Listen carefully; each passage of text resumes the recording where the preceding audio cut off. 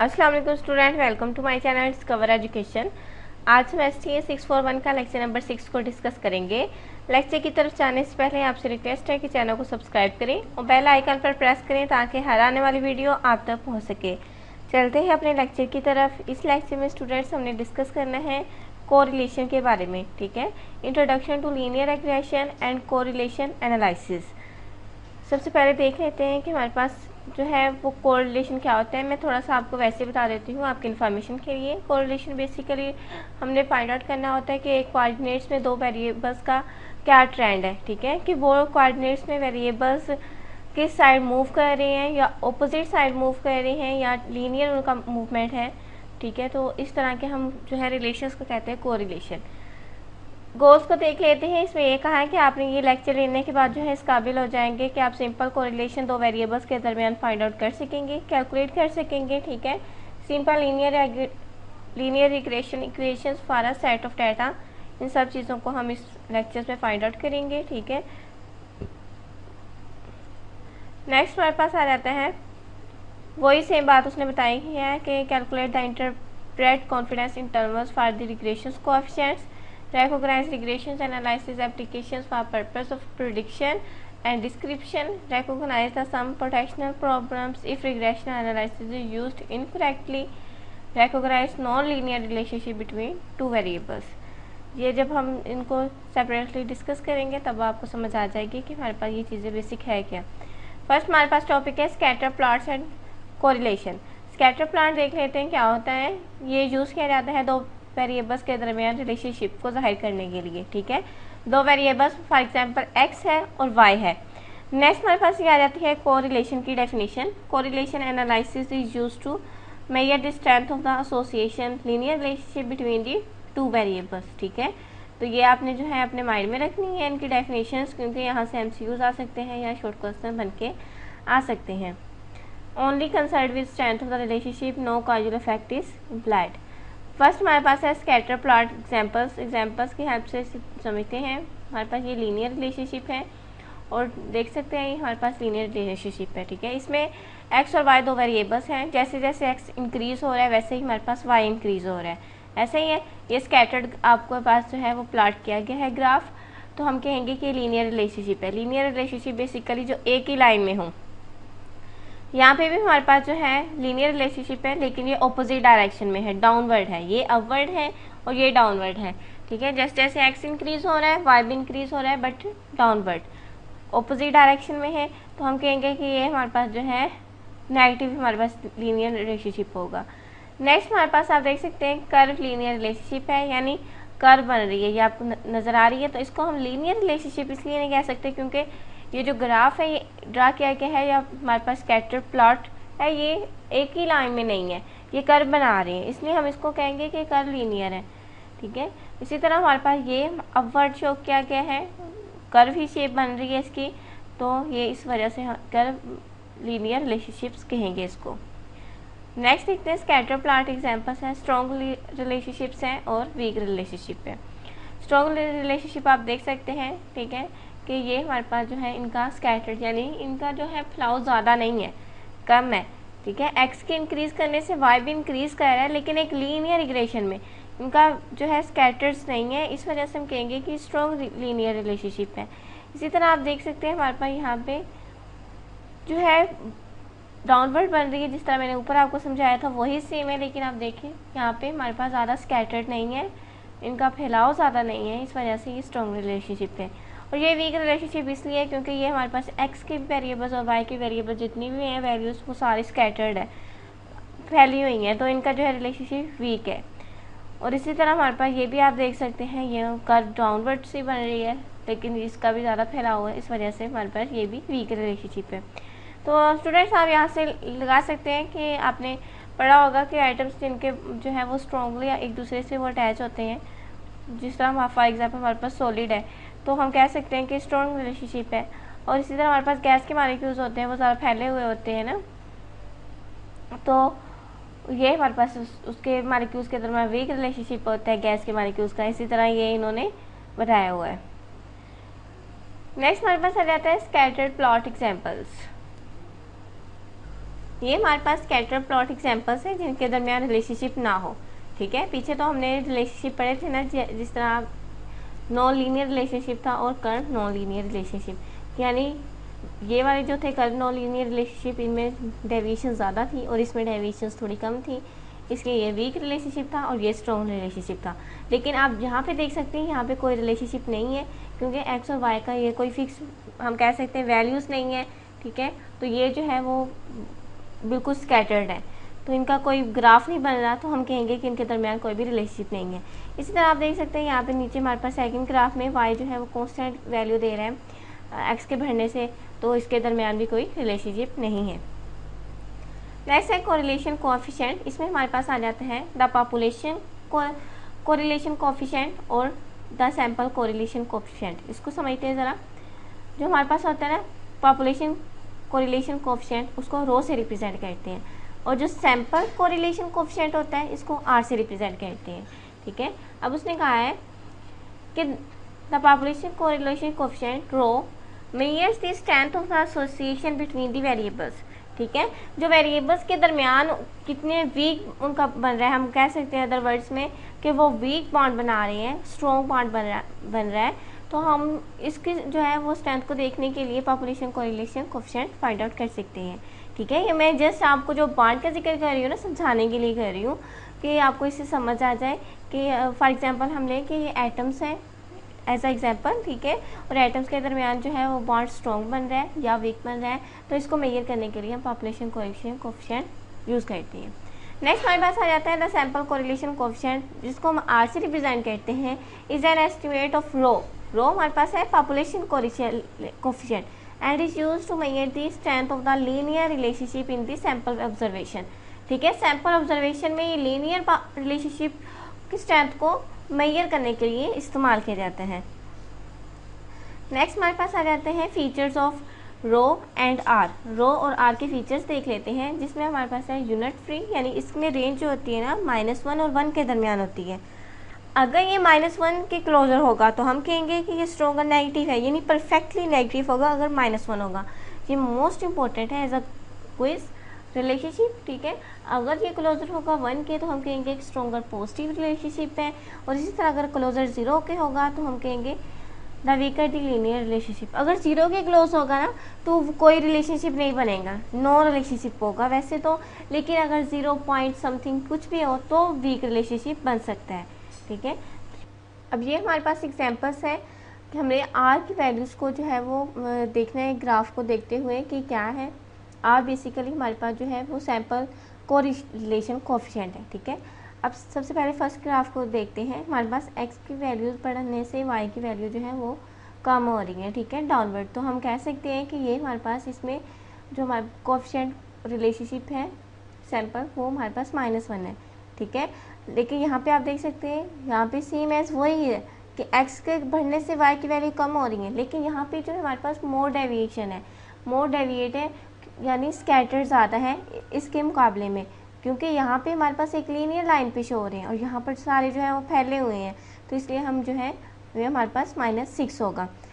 इस ग्राफ में देखते हैं हमारे पास ये एक कांस्टेंट रिलेशनशिप है दे रहा है। ठीक है, कि एक ही स्ट्रेट लाइन है, बिल्कुल कांस्टेंट रिलेशनशिप दे रहा है, तो इसको हम कहेंगे 0।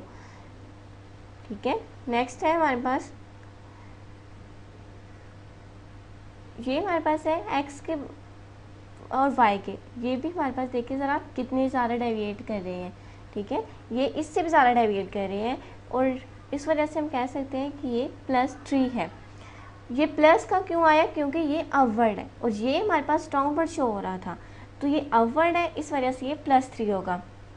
इसी तरह ये भी रिलेशनशिप अपवर्ड है और एक लीनियर बना रहा है, तो हम कहेंगे ये +1 है। नेक्स्ट हमारे पास है calculating the relationship coefficient. Correlation coefficient को कैलकुलेट करने के लिए हमारे पास सैंपल कोरिलेशन कोएफिशिएंट का फार्मूला है R = summation x - x bar y - y bar over summation x - x bar whole का square summation y - y bar whole का स्क्वायर, और दी अलजेब्रिक इक्विवेलेंट। यहाँ पे आप देख सकते हैं, यहाँ पे सिंपली आपने क्या करना है, n से मल्टीप्लाई किया हुआ है।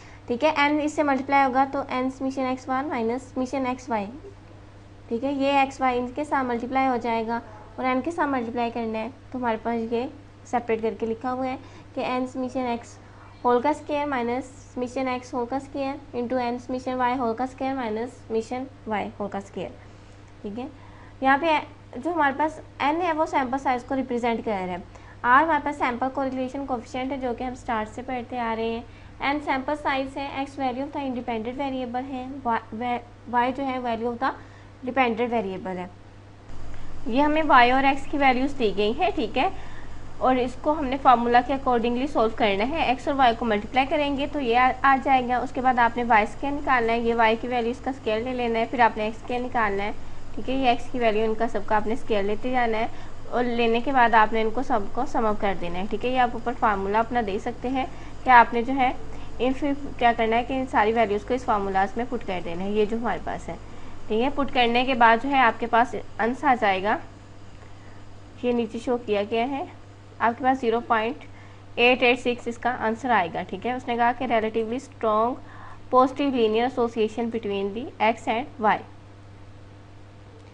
वही वैल्यूज़ हैं जस्ट फार्मूलाज में पुट की गई हैं, ठीक है। और ये हमारे पास स्ट्रॉन्ग पॉजिटिव लीनियर एसोसिएशन है x और y के दरमियान। तो उसका जो ग्राफ एक्सेल पे बनाया है तो वो इस तरह बनेगा। थोड़ा सा हम इसको एक्सेल में भी देख लेते हैं कि हम किस तरह सॉल्व करेंगे। वैसे तो आप जो है कर सकते हैं, एक्सेल पे करना थोड़ा सा आपके लिए मुश्किल हो जाता है, ठीक है। ये देखिए ज़रा, ये जो है डाटा हमारे पास एक्सेल पे राइट किया हो, ये पेस्ट किया गया है। आपने सिंपली क्या करना है, यहाँ पे डाटा पे क्लिक करना है। यहाँ पे डाटा पे क्लिक करने के बाद आपके पास यहाँ पे जो है एनालिसिस शो होगा, एनालिसिस रिग्रेशन, आपने इस पर क्लिक करना है। उसके बाद फार्मूलाज डिफरेंट टाइप के आ जाएंगे, जो उसमें से जो भी आपको चाहिए होगा उस पर क्लिक करने के बाद आपने डाटा को सिलेक्ट करना है, इंटर प्रेस करना है तो आपके पास आंसर आ जाएगा, ठीक है। यहाँ पे शो मेरे पास नहीं हो रहा, लेकिन जो है थोड़ा यहाँ पे मसला है, लेकिन आपके पास शो होगा, वहाँ पे आपने क्लिक करने के बाद ये निकाल लेना है। नेक्स्ट हमारे पास देखते हैं इसका ग्राफ किस तरह बनता है। ग्राफ को बनाने का जो है तरीका हमारे पास क्या होता है, ये हम स्टार्ट से भी सीखते आए हैं। आपने सबसे पहले जो है वो डाटा को सिलेक्ट कर लेना है, ये डाटा है हमारे पास। सिलेक्ट करने के बाद आपने यहाँ पे इंसर्ट पे क्लिक करना है। अब हमें स्कैटर्ड ग्राफ चाहिए तो आपने स्कैटर्ड पे क्लिक करना है, ठीक है। तो हमारे पास जो है वो स्कैटर ग्राफ शो हो जाएगा। ये आप देख सकते हैं, ये हमारे पास स्कैटर ग्राफ शो हो गया है जो कि ये वाला है, सेम एज, ठीक है, क्योंकि डाटा वही है ना, इस वजह से।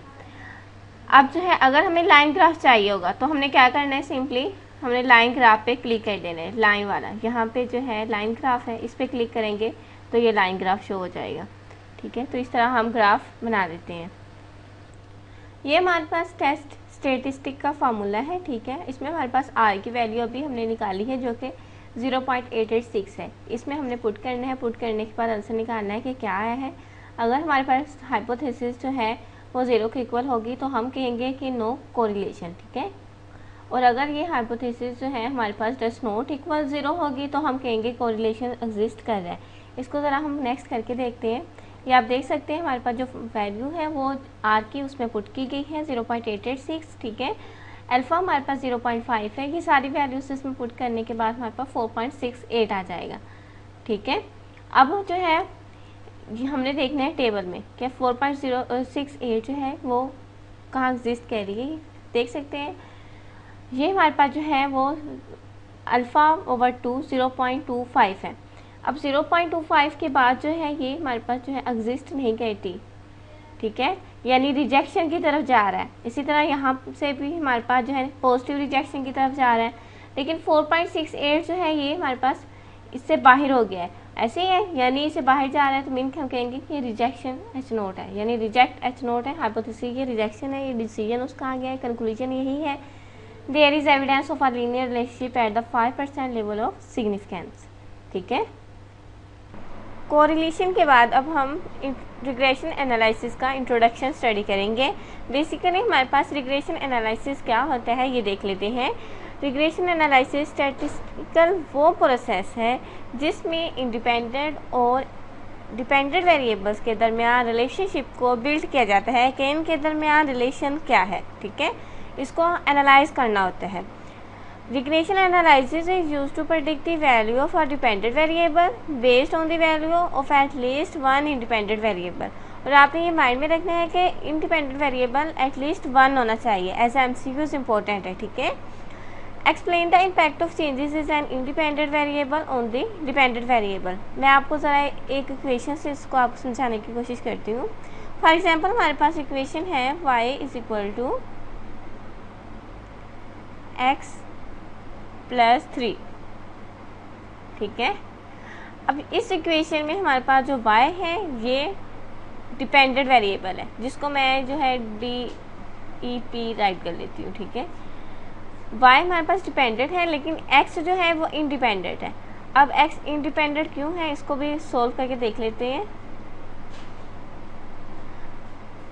सपोज हमारे पास x की वैल्यू 1 है, तो x की जगह 1 पुट कर देंगे प्लस 3, तो y हमारे पास जो है वो 4 आ जाएगा, क्योंकि y अब डिपेंड इस पे कर रहा था ना, y जो है ये इन वैल्यूज़ पर डिपेंड कर रहा था, लेकिन x की तो ऑलरेडी थी, तो y हमारे पास जो है वो डिपेंडेंट हो गया और x जो है इंडिपेंडेंट है। इनके दरमियान जो रिलेशनशिप है इनको जो है वो एनालाइज करते हैं रिग्रेशन, तो इसको हम रिग्रेशन एनालिसिस कहते हैं। नेक्स्ट हमारे पास डिपेंडेंट वेरिएबल आ जाता है। उसने कहा कि the variable we wish to explain. Dependent variable वो होता है जिसको हमने एक्सप्लेन करना होता है, ठीक है। यानी जिस तरह मैंने y हमारे पास था डिपेंडेंट वेरिएबल। इंडिपेंडेंट वेरिएबल वो होता है use to explain the dependent variable, यानी ये डिपेंडेंट वेरिएबल को एक्सप्लेन करने के लिए यूज़ किया जाता है। नेक्स्ट है सिंपल लीनियर रिग्रेशन मॉडल। इसमें देख लेते हैं, उसने कहा कि जस्ट वन इंडिपेंडेंट वेरिएबल होना चाहिए लाइक x, और रिलेशनशिप जो है x और y के दरमियान जो कि डिस्क्राइब करता है कि लीनियर फंक्शन है, अगर चेंज करें y को, ठीक है, are assume to be caused by changes in x। अगर y की वैल्यू चेंज होगी तो x की भी चेंज होगी, ठीक है। अगर हम x की वैल्यू चेंज करेंगे तो y की भी चेंज होगी। इस तरह हम इस एग्जाम्पल को ही अगेन देखते हैं। यहाँ पे मैंने x जो है वो 1 पुट किया है, ऐसे ही है, लेकिन अगर मैं यहाँ पे x की जगह 1 की बजाय 2 पुट कर दूँ तो हमारे पास जो है अब x की वैल्यू चेंज 2 की है, तो y की वैल्यू हमारे पास 5 आ जाएगी, क्योंकि 2 में 3 ऐड किया 5 हो गए। तो वही उसने बात किया कि अगर हम x की वैल्यू चेंज करेंगे तो y की वैल्यू भी चेंज हो जाएगी। नेक्स्ट है types of the regression models. Regression models की टाइप्स देख लेते हैं। Positive linear relationship. अभी आप देख सकते हैं हमारे पास एक स्ट्रेट लाइन है और ये अपवर्ड शो कर रही है। आपने याद रखना है कि जो लाइन अपवर्ड शो हो वो पॉजिटिव होगी, और जो हमारे पास डाउनवर्ड लीनियर रिलेशनशिप हो तो वो नेगेटिव होगी। अब ये अपवर्ड शो हो रही है तो ये पॉजिटिव लीनियर रिलेशनशिप है, और यहाँ पे आप देख सकते हैं ये लाइन हमारे पास डाउनवर्ड शो हो रही है जो कि नेगेटिव लीनियर रिलेशनशिप है, और ये एक कर्व बना रही है, तो हम कह सकते हैं कि नॉट लीनियर। ये एक लाइन नहीं है, ये कर्व है, इसलिए हम कहेंगे कि इसमें रिलेशनशिप जो है वो नॉट लीनियर है। और नेक्स्ट ये एक कांस्टेंट लाइन है, बिल्कुल स्ट्रेट जा रही है, तो इसको में कोई भी रिलेशनशिप नहीं है, ठीक है, कांस्टेंट है इसलिए। Population linear regression. The population regression का मॉडल है ये हमारे पास। y इसमें रिप्रेजेंट करता है डिपेंडेंट वेरिएबल को, जो कि मैंने आपको स्टार्ट में जो एक सिंपल इक्वेशन पढ़ाई है वही, इज इक्वल टू बीटा 0। ये बीटा नोट वैसे इसे कहते हैं, और ये पॉपुलेशन y इंटरसेप्ट को शो करता है, plus beta 1x population slope coefficient को, और x यहाँ पे इंडिपेंडेंट वेरिएबल है, ठीक है। और ये हमारे पास है रैंडम एरर टर्म और रेजिड्यूल, ठीक है, लीनियर कंपोनेंट का है ये, तो ये आपने याद रखना है। लीनियर रिग्रेशन असम्पशंस देख लेते हैं। उसने कहा कि एरर वैल्यूज़ जो हैं वो are statistical independent. Error value जो है वो normally distributed for any given value of X. The probability distribution of the errors is normal, ठीक है। इस तरह प्रोबेबिलिटी डिस्ट्रीब्यूशन का एरर जो है वो कॉन्स्टेंट वेरिएंस शो करता हो, और underlying the relationship between the X variable and the Y variable is linear, और एक्स और वाई वेरिएबल जो है वो लीनियर होने चाहिए। ये हमारे पास पॉपुलेशन लीनियर रिग्रेशन का मॉडल है, ठीक है। इसको ज़रा हम देखते हैं। इसमें आप देख सकते हैं ये वाई एक्सिस है और ये एक्स एक्सिस, ठीक है। ये तो हम स्टार्ट से पढ़ते आ रहे हैं, इसकी तो आपको समझ आसानी चाहिए। और ये हमारे पास जो है वो लीनियर रिग्रेशन की लाइन शो हो रही है। अब आप देख सकते हैं कि ये जो वैल्यूज़ हैं वो लीनियर लाइन से कितनी डेविएट कर रही हैं, ठीक है। अब ये वैल्यू यहाँ से लेके यहाँ तक जो इसका डिस्टेंस है इसको हम कहेंगे कि एप्सिलॉन आई, ठीक है। इसी तरह इसको हम शो करेंगे लाइन से ठीक है, यहाँ तक एक वैल्यू है, यानी predicted value of y for xi। और जो ओरिजिन से ये हमारे पास जो इक्वेशन है, लीनियर इक्वेशन की लाइन है, यहाँ तक इसको हम कहेंगे intercept B naught, beta naught, ठीक है। और observe value of y for xi, यानी ये हमारे पास जो है वैल्यू ऑब्जर्व हुई है जो कि एक लीनियर इक्वेशन से, यहाँ हम कह सकते हैं लीनियर लाइन से इतनी डेविएटेड है। और ये random error for this x value epsilon not i। और यहाँ से ये देख सकते हैं आप, अगर हम x की वैल्यू को चेंज करें तो ऑटोमेटिकली y की वैल्यू भी चेंज हो जाएगी। ये अभी हमने इक्वेशन की हेल्प से समझा था, तो वहाँ से उसने कहा है कि ये स्लोप जो है बीटा 1 है, यानी अगर हम x की वैल्यू चेंज करेंगे तो y की भी चेंज हो जाएगी। तो हमारे पास ये बनती है y is equal to beta naught plus beta 1x plus epsilon naught. हम इसको ज़रा देखते हैं। नेक्स्ट उसने कहा कि एस्टिमेटेड रिग्रेशन मॉडल है हमारे पास। The sample regression line provides an estimate of the population regression line. y1 जो है वो एस्टिमेटेड है या प्रोडिक्टेड वैल्यू है, ठीक है। बीटा नोट यानी बी नोट जो है वो estimate of the regression intercept है, लेकिन जो b1x है वो estimate of the regression slope है। और x हमारे पास होता है इंडिपेंडेंट वेरिएबल, ठीक है। नेक्स्ट है least squares criterion B naught and b1, यानी बीटा नोट और बीटा 1 भी कह सकते हैं। और obtained by finding the values of B naught and b1 that minimize the sum of the square residuals, यानी समेशन ई का square is equal to summation y minus Y whole का square. ये हमारे पास वेक्टर शो हो रहा है। Summation y minus है, अगर हम y से माइनस कर लें और इस y की जगह इसकी वैल्यूज पुट कर लें, जो कि अभी हमने स्टडी किया है कि y हमारे पास इक्वल होता है b नॉट प्लस b1x के, ये वाला, ठीक है। ये y पर वेक्टर जो है एस्टिमेशन जो वैल्यू, या हम कह सकते हैं प्रेडिक्टेड वैल्यू, तो ये इसके इक्वल होता है और होल का स्क्वायर ये आ जाएगा। The least square equation, the formulas for b1 and b naught are b1 is equal to summation x minus X bar into Y minus Y bar over summation x minus X bar whole का square. Algebraically अगर इस ये हमारे पास था x, अगर हम x y दोनों के हम टर्म में लें, b1 is equal to summation X Y minus summation X summation Y over n, इसी तरह summation X square minus summation X square over n। और b नोट जो है वो इक्वल y माइनस b1x के है, ठीक है। ये फार्मूलाज जो है अपने माइंड में रखने हैं आपने, पेपर के पॉइंट ऑफ व्यू से इम्पोर्टेंट है। इस तरह के क्वेश्चन इससे रिलेटेड आ सकते हैं, आपने जस्ट फार्मूला पुट करके वैल्यूज निकालनी है। Next interpretation of the slope and the intercept है, ये देख लेते हैं इसमें क्या बताया गया है। b not is the estimated value of y when the value of x is 0। b1 is the estimated change in the average value of y as the result of 1 unit change in x। यहाँ पे बात ये की गई है कि अगर आप x की वैल्यू चेंज करते हैं तो ऑटोमेटिकली y की वैल्यू भी चेंज हो जाती है, ठीक है। तो वही उसने बात बताई है जो कि हम पीछे डिस्कस कर चुके हैं। Find the least square equation, the coefficients b note and b1 will usually be found using the computer software such as Excel. Other regressions measures will be also be, इसको हम जो है ना एक्सेल में करेंगे रिग्रेशन एनालिसिस को। हमारे पास नेक्स्ट क्वेश्चन दिया जाएगा, उसको हम जो है एक्सेल में करके देखेंगे। ये हमारे पास डाटा दिया गया है, इस डाटा को हमने एक्सेल में करना है कि रिग्रेशन कैसे फाइंड आउट करते हैं इस डाटा को यूज़ करते हुए। Sample data for house price model, ठीक है। ये y की वैल्यूज़ है, ये x का है, ठीक है। ये हमें डाटा दिया गया है। अब हमने सीखना है कि किस तरह रिग्रेशन फाइंड आउट करते हैं।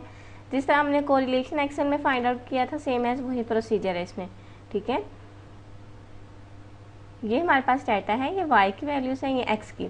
अब हमने क्या करना है, सिंपली सबसे पहले जो है डाटा पर जाना है। यहाँ पे आप क्लिक करेंगे तो आपके पास लास्ट बार में शो होगा डाटा एनालिसिस, ठीक है। डाटा एनालिसिस पे जैसे ही क्लिक करेंगे तो आपने यहाँ पर रिग्रेशन पे क्लिक करना है, क्योंकि ये उन एनालिसिस टूल्स आपके पास ओपन हो जाएगी ना, इस तरह की बार ओपन होगी डाटा एनालिसिस में। तो यहाँ पे हमारे पास जो रिग्रेशन ये वाला है, ठीक है।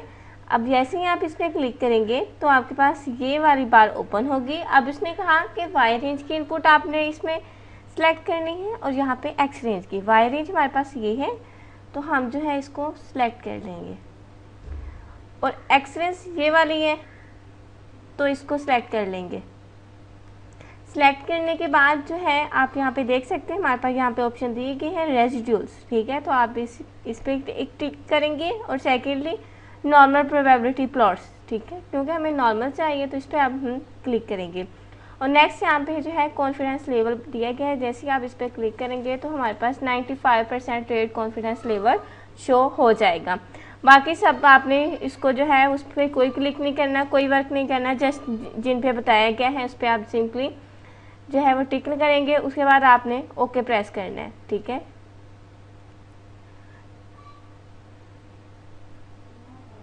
जैसे ही आप ओके प्रेस करेंगे तो आपके पास ये आउटपुट आ गई है। ये आप देख सकते हैं, ये आपके पास नॉर्मल प्रोबेबिलिटी प्लॉट का जो है वो शो कर रहा है, ठीक है। तो ये आउटपुट है, इसमें जो है देख लेते हैं। ये मल्टीपल एफ रिप्रेजेंट कर रहा है 0. इसकी वैल्यू है 7621 आई है। आर स्क्वायर है 0.5808 एसोन। इसी तरह एडजस्टेड वैल्यू 0.528 है। स्टैंडर्ड एरर 41.33 है। ऑब्जर्वेशन जो है वो 10 है। इस तरह रिग्रेशन जो है वो हमारे पास ये दी गई है, रेजिड्यूल्स भी दिए गए हैं और टोटल भी बताए गए हैं, ठीक है। ये स्टैंडर्ड एरर यहाँ पे दिए गए हैं 58.033, ठीक है, और 0.0329। एक्स वेरिएबल 0.109 और इस तरह इंटरसेप्ट में हमारे पास है 98.24। टी टेस्ट हमारे पास है 1.69296 3.3, यानी उसने सारी वैल्यूज निकाल के हमारे लिए रख दी हैं। ये सिग्निफिकेंस है, ये भी आपने याद रखना है। 0.010394 यहाँ पे रिप्रेजेंट किया गया है, ठीक है। बाकी इनके बारे में हम नेक्स्ट जो है वो डिस्कस करेंगे कि चीज़ें क्या होती हैं, तब आपको ज़्यादा बेहतर समझ आ जाएगी। लोअर 95% से ये वैल्यूज़ आ रही हैं और अपर 95% से ये वाली वैल्यूज़ आ रही हैं। और आप नीचे देख सकते हैं यहाँ पर एक्स और वाई दिया गया है, यानी अगर हम एक्स में चेंजेस करें तो वाई में ऑटोमेटिकली चेंजेस होती हैं, तो उसके डाटा में भी चेंजेस हो रही हैं, ये बताया गया है, ठीक है। और ये आप ग्राफ को देखिए ज़रा, ये एक स्ट्रेट लाइन हमारे पास शो हो रही है, ऐसा ही है। तो ये रिप्रेजेंट करता है कि ये नॉर्मल प्रोबेबिलिटी प्लॉट है, ठीक है, क्योंकि एक स्ट्रेट लाइन आ रही है और डाटा भी थोड़ा सीक्वेंस के साथ है, तो नॉर्मल प्रोबेबिलिटी प्लॉट है। तो इसलिए हम कह सकते हैं कि इस डाटा पर रिग्रेशन एनालिसिस एप्लीकेबल है, ठीक है। अब ज़रा आपके हैंडआउट्स में देखते हैं, उसमें हमारे पास जो आउटपुट दी गई है वो भी सेम एज ऐसे ही है। रिग्रेशन यूजिंग एक्सेल, जो मैंने आपको प्रोसीजर बताए हैं कि आपने इसको जो है डाटा में जाकर उसके बाद जो है डाटा एनालिसिस पे क्लिक करेंगे, उसके बाद रिग्रेशन पे क्लिक करने के बाद आपके पास जो बार ओपन होगी उस पर आपने फिल करके, यानी एक्स रेंज और वाई रेंज को आपने सिलेक्ट करने के बाद जो है उसको ओके कर देना है। एक्सेल की आउटपुट हमारे पास ये आ गई है। हाउस प्राइस 98.24 है और प्लस 0.10977 है स्क्वायर फीट, जो कि अभी हमने यहाँ पे देखी है 0.10 हमारे पास है।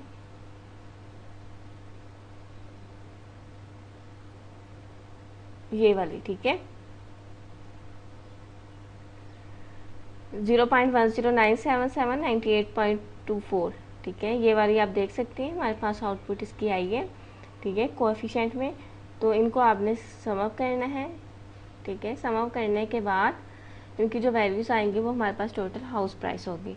तो इसी तरह का हमारे पास जो है सारा आउटपुट शो हो जाएगा, जो कि यहाँ पे आपको शो करके दिखाया गया है कि कौन सा इंटरसेप्ट है, कौन सा कोएफिशिएंट है, वही वैल्यू सारी उसने बताई हुई है, जो कि मैंने अभी आपको एक्सेल में बता दी है। नेक्स्ट उसने कहा graphical representation.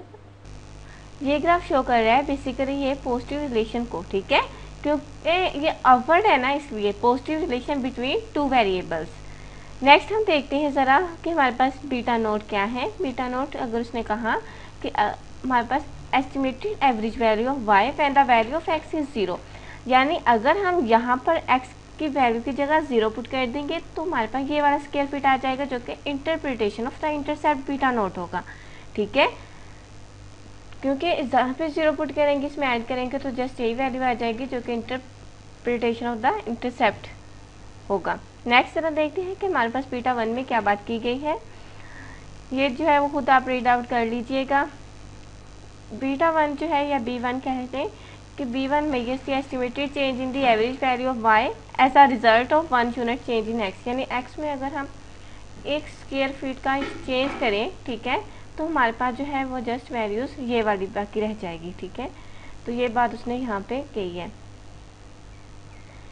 Here B1 is equal to 10977 tell us that the average value of a house increases by, ठीक है, तो इतनी वैल्यू इंक्रीज हो जाएगी। अगर हम x में 1 स्क्वायर फीट का चेंज करें तो हमारे पास 0.10977 वैल्यू इंक्रीज हो जाएगी। ये MCQs में वो घुमा फिरा कर पूछ सकते हैं, तो आपने जो है ना अपने माइंड में इस तरह रखना है।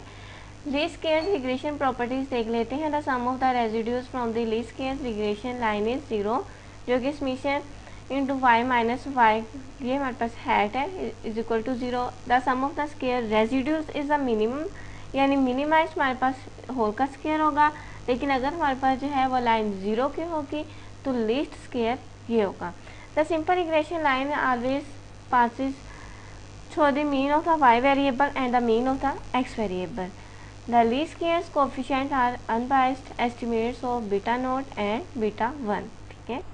Explained and unexplained variations देख लेते हैं। इसमें स्ट्रेस, अगर हम टोटल जो हमारे पास सम ऑफ स्क्वायर्स को डिवाइड करें 2 पार्ट्स में तो हमारे पास ये दोनों आ जाते हैं, यानी सम ऑफ स्क्वायर्स एरर को रिप्रेजेंट करता है, ये सम ऑफ स्क्वायर रिग्रेशन को, ठीक है। ये हमने अभी जो है एक्सेल पे जो रिग्रेशन एनालिसिस फाइंड आउट किया था तो उसके आउटपुट्स में ये चीज़ें शो हो रही थी, तो मैंने तब कहा था कि हम नेक्स्ट इसको स्टडी करेंगे। तो बेसिकली हमारे पास जो है SST जो है टोटल सम ऑफ स्क्वायर्स होता है, इसको जब हम 2 पार्ट्स में डिवाइड करते हैं तो सम ऑफ स्क्वायर्स एरर इसको शो कर रहा है SSE को, और SSR जो है वो सम ऑफ स्क्वायर रिग्रेशन को शो कर रहे हैं।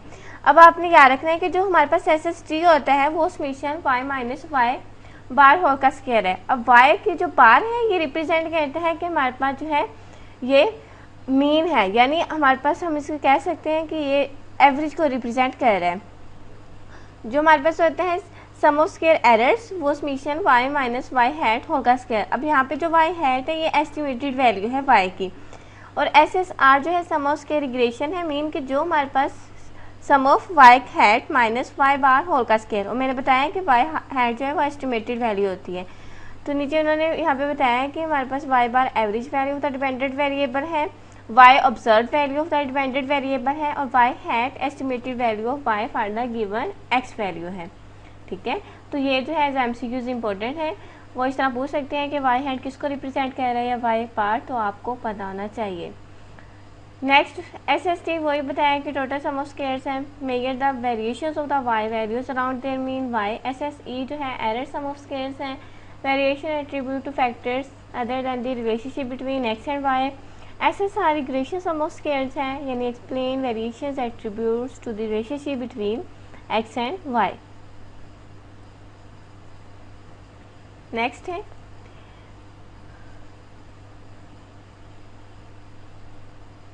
ये वही उन्होंने बताया कि SST जो है वो SSE ये किसको रिप्रेजेंट कर रहे हैं, ठीक है।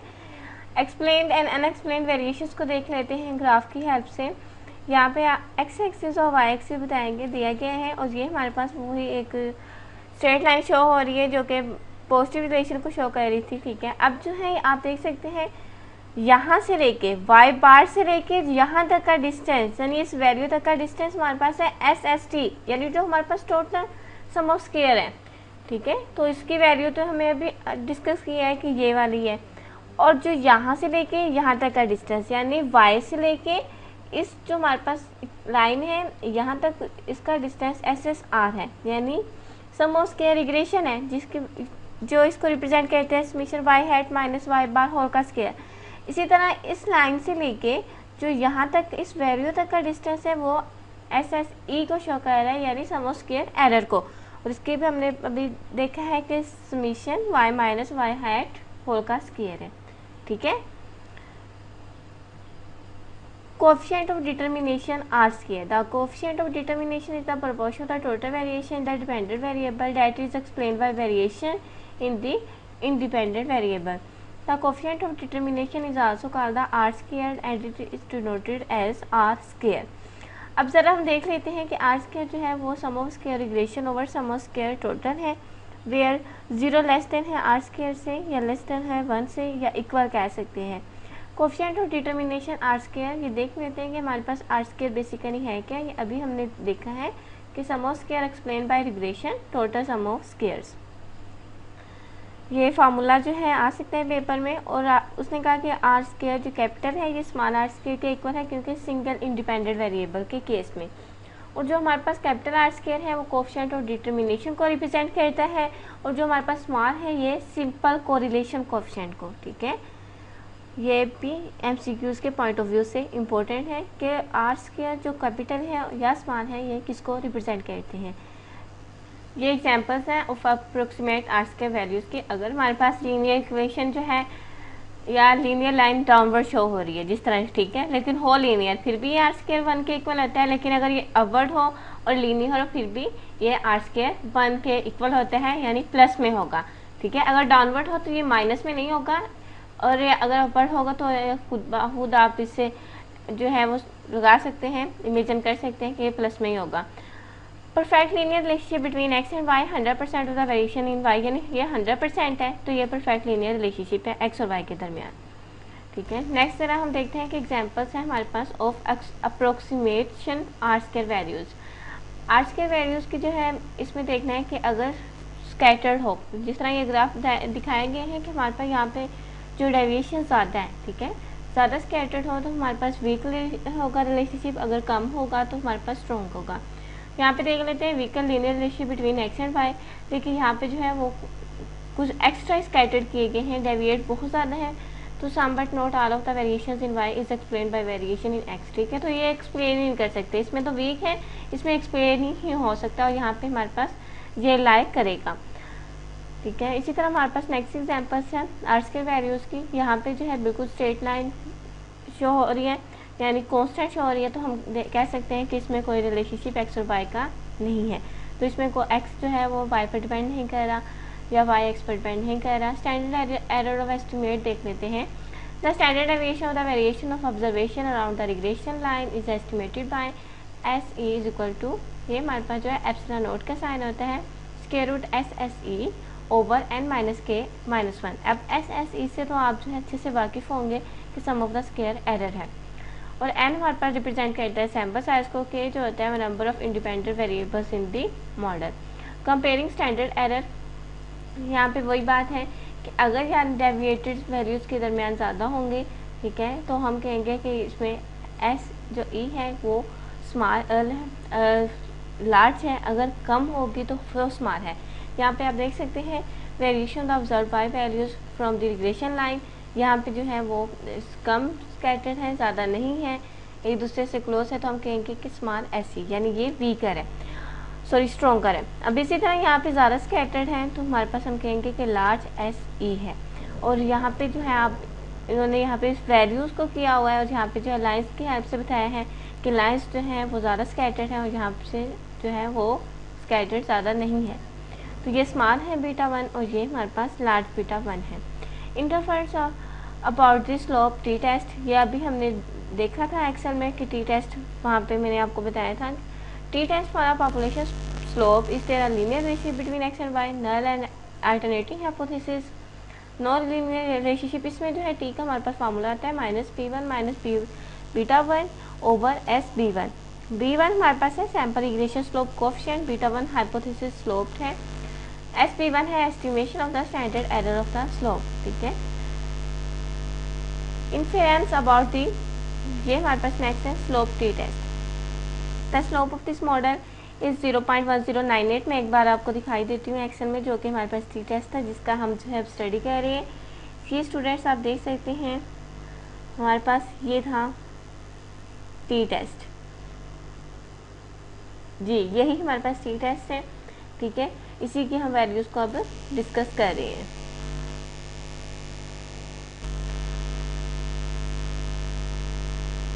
टी टेस्ट की एग्जांपल्स देखते हैं, इसको आपको मद्देनजर रखते हुए समझ आ जाएगी।